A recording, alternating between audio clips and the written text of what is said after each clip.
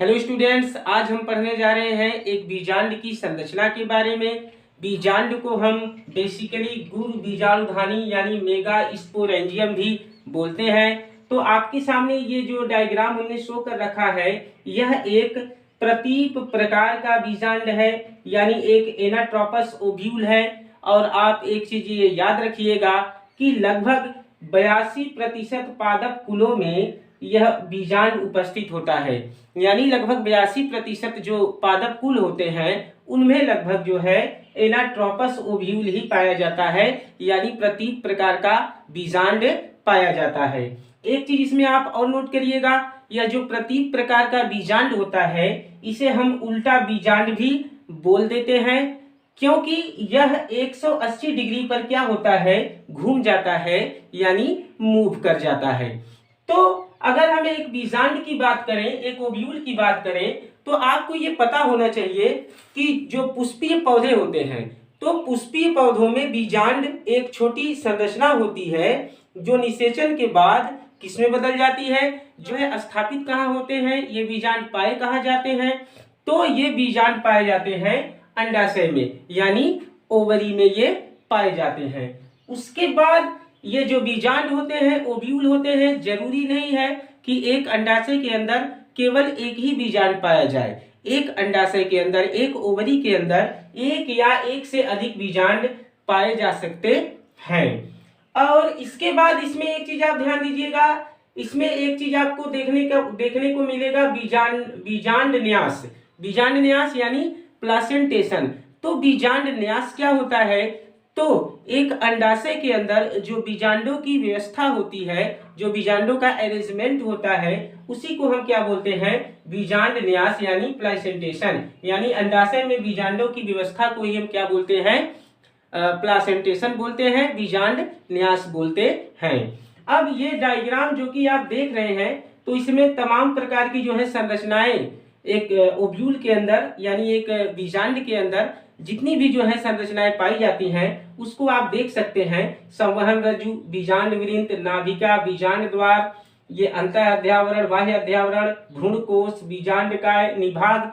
तो अब हम बारी बारी से एक एक संरचना के बारे में आगे से पढ़ते हैं। तो सबसे पहले अगर मैं बात करूं बीजांड की, ओव्यूल की, तो बीजांड के बारे में मैंने आपको पहले ही बताया, लेकिन आप एक चीज ध्यान दीजिएगा, ये जो बीजांड होते हैं ये अंडाकार या सफेद रंग की क्या होती हैं, संरचनाएं होती हैं। देखने में ये अंडाकार होती हैं या सफेद रंग की होती हैं। और ये जो बीजांड होते हैं, बीजांड अंडाशय में एक गतिनुमा संरचना से जुड़े होते हैं। ओवरी के अंदर, अंडाशय के अंदर एक गतिनुमा संरचना से ये जुड़े होते हैं, जिन्हें हम अपरा बोलते हैं, यानी प्लेसेंटा बोलते हैं। क्या बोलते हैं, प्लेसेंटा बोलते हैं। और आप सबको ये पता है, ये जो अपरा होता है, प्लेसेंटा होता है, वो पोषक प्रदान करने वाला क्या होता है, एक प्रकार का अंग होता है, ऑर्गन होता है। अगर हम बीजांड वृंत की बात करें, फ्यूनिकल की बात करें, तो आप देख सकते हैं इस फिगर में, यहां से लेके यहां तक ये पूरा भाग,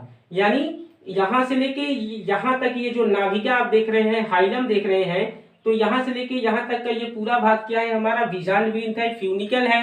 तो यह जो बीजांड वृंत होता है, वास्तव में यह बीजांड का क्या होता है, वास्तव में यह बीजांड का वृंत होता है, बीजांड का स्टॉक होता है, जिससे वह अपरा से क्या होता है, जुड़ा होता है। साथ ही साथ बीजांड वृंत में अपरा से पोषण प्राप्त करने के लिए संवहन ऊतक यानी वैस्कुलर टिश्यू भी पाए जाते हैं।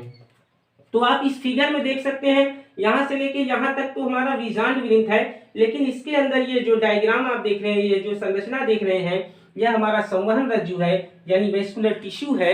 और यह जो संवहन रज्जु होता है वह एक प्रकार का क्या होता है, एक प्रकार का पोषण प्राप्त करने वाला ऊतक होता है। और यह लगातार किससे पोषण प्राप्त करता है, तो यह लगातार अपरा से यानी प्लेसेंटा से क्या करता है, पोषण प्राप्त करता रहता है। जो संरचना हमने लिख रखी है वह है रैफ। क्या है, रैफ, जिसको कि हम हिंदी के अंदर बोल देते हैं संधि रेखा।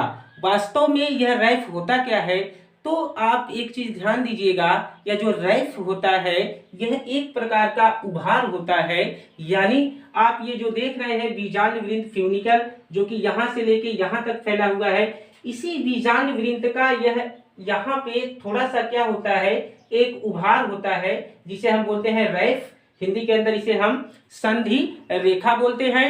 तो बेसिकली इसका कोई वर्क फंक्शन नहीं होता, बस यह क्या है, बस यह जो है एक ओव्यूल का क्या होता है, उभार होता है, यानी ये जो बीजांड वृंत होता है, यही बीजांड वृंत आगे चलकर थोड़ा सा उभार के रूप में प्रकट हो जाता है, जिसे हम क्या बोलते हैं, रैफ बोलते हैं या संधि रेखा बोलते हैं। अब एक चीज और आप ध्यान दीजिएगा, जिसका नाम है कि ऑब्ट्यूरेटर यानी सेतुक।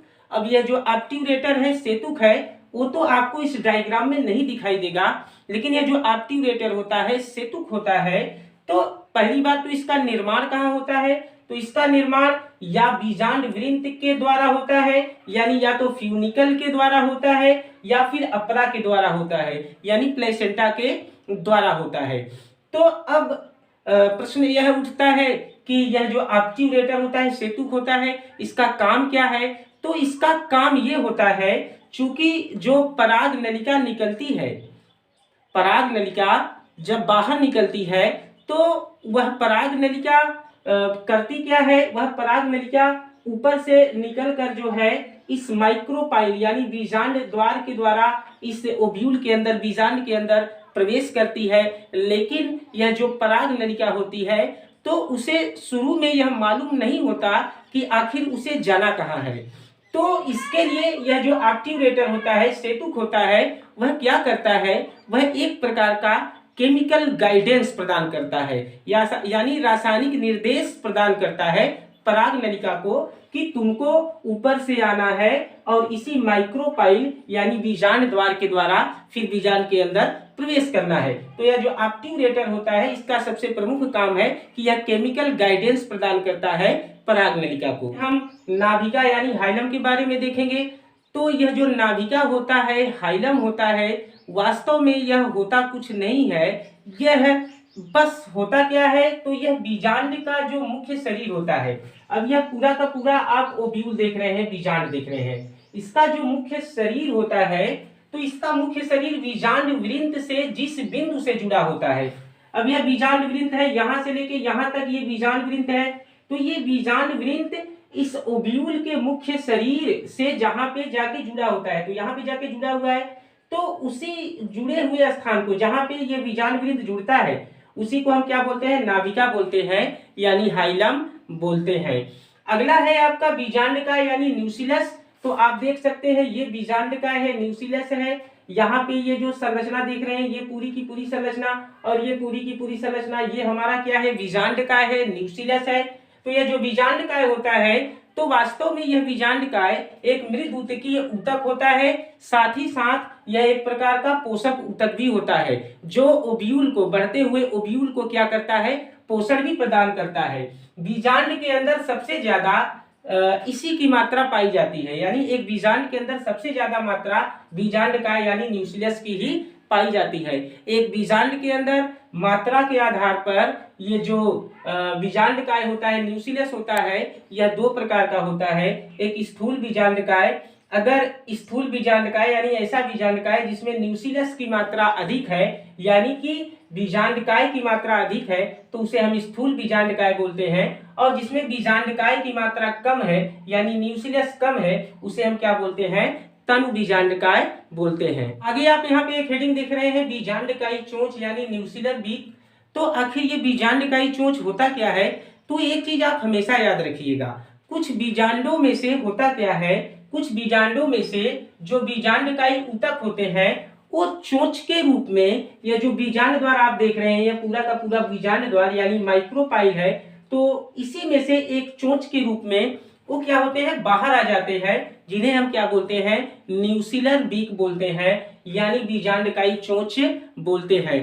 तो ऐसे कौन कौन से जो है पौधों की फैमिलियां हैं, प्लांट फैमिलियां हैं, जिनमें ये बीजांडकाई चोंच पाया जाता है, यानी न्यूक्लियर बीक पाया जाता है। तो एक तो पोलिगोनिएसी फैमिली, दूसरा यूफॉर्बिएसी और एक है कुकुरबिटेसी। ये ऐसे प्लांट फैमिली है जिनमें जो है जो बीजांडकाई चोंच होता है, न्यूक्लियर बीक होता है, वो इस बीजांड द्वार से बाहर एक चोंच के रूप में, चिड़िया के बीक की संरचना के रूप में बाहर निकला रहता है। अब यहाँ पे आप एक हेडिंग देख रहे हैं पेरिस्पर्म। तो ये पेरिस्पर्म क्या होता है, तो आइए सबसे पहले जान लेते हैं पेरिस्पर्म क्या होता है।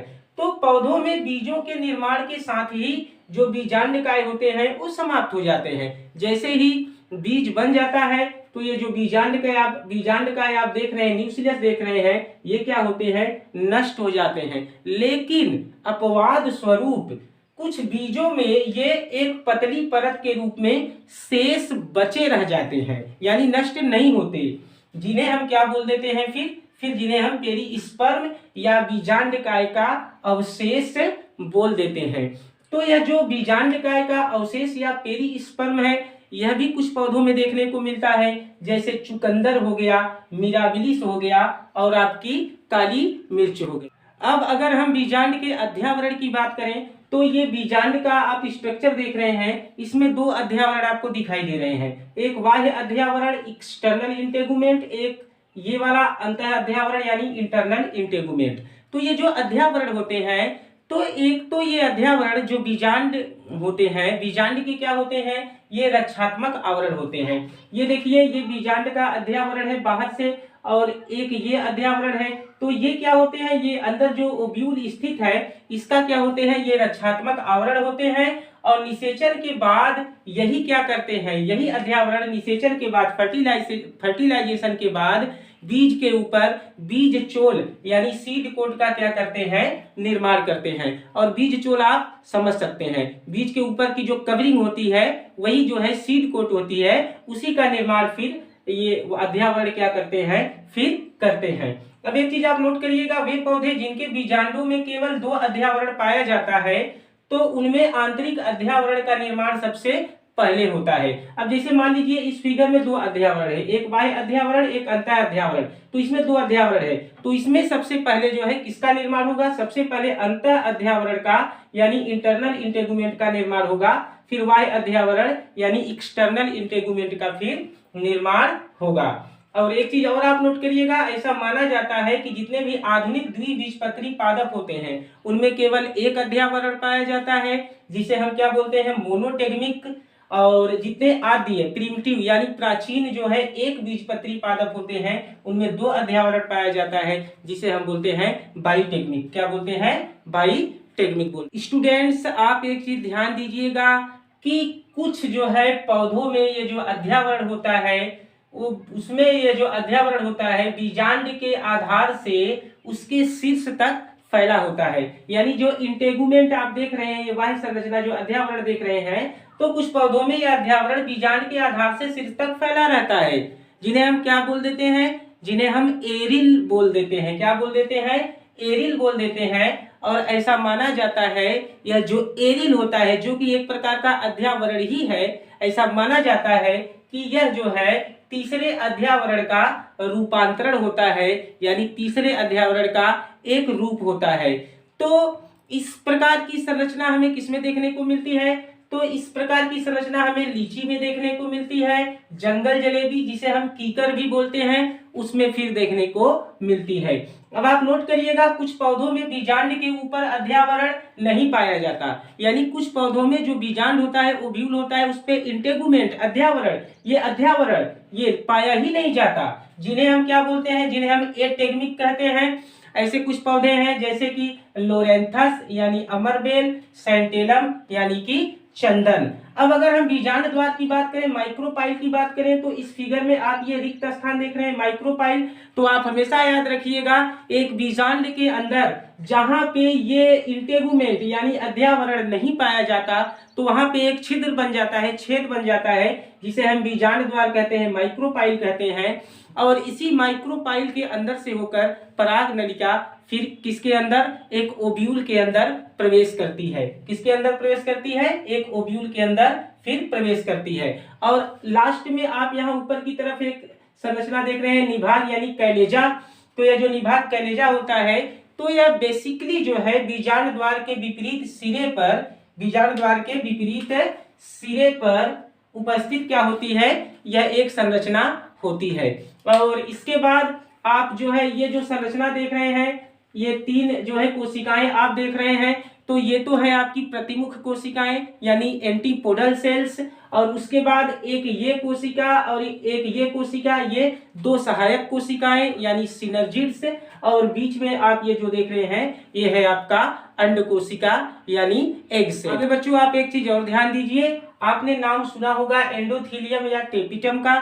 तो ये एंडोथीलियम या टेपिटम होती क्या है, तो आप नोट करिएगा, एक अध्यावरण युक्त बीजांडों में जो बीजांड काय होता है प्रारंभ में ही वह नष्ट हो जाता है, बाद में इस अध्यावरण की कोशिकाएं रूपांतरित होकर बहुगुणित हो जाती हैं, फिर ये मंड तथा वसा का संग्रह कर बीजांड को पोषण देती हैं, और इस प्रकार हम एक अध्यावरण को एंडोथीलियम या टेपिटम भी कहते हैं। तो ये था जो है एंडोथीलियम या टेपिटम के बारे में। तो हमने जो है लगभग पूरा का पूरा जो है डायग्राम पढ़ा, एक ओव्यूल का, एक एनाट्रापस ओव्यूल का यानी एक प्रतीक प्रकार के बीजांड का, और एक चीज आप ये भी जो है जानते रहिएगा कि एक जो ओव्यूल होता है, बीजांड होता है, वह हमेशा लगभग 7 कोशिकीय और 8 केंद्रकीय होता है।